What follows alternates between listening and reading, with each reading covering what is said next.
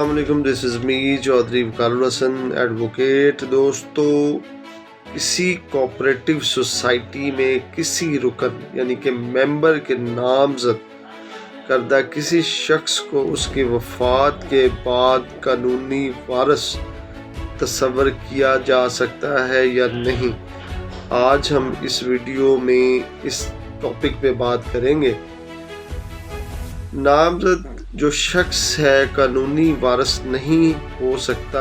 عدالت نے یہ واضح کیا کہ کسی بھی سوسائٹی میں نامزد کیا گیا شخص نومینی صرف رکن یعنی کہ ممبر کی جائیداد کی وصولی کا حق رکھتا ہے، لیکن وہ قانونی وارث نہیں ہوتا۔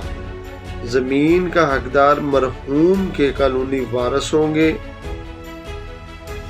جیسا کہ مسلم پرسنل لا شریعت اپلیکیشن ایکٹ 1948 کے تحت ہوتا ہے۔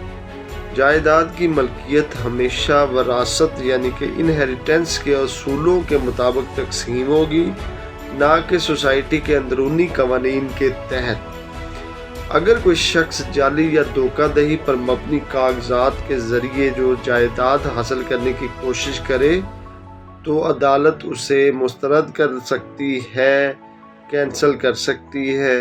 یہ فیصلہ ہے 2025 SCP 24۔ بہت شکریہ، اللہ حافظ۔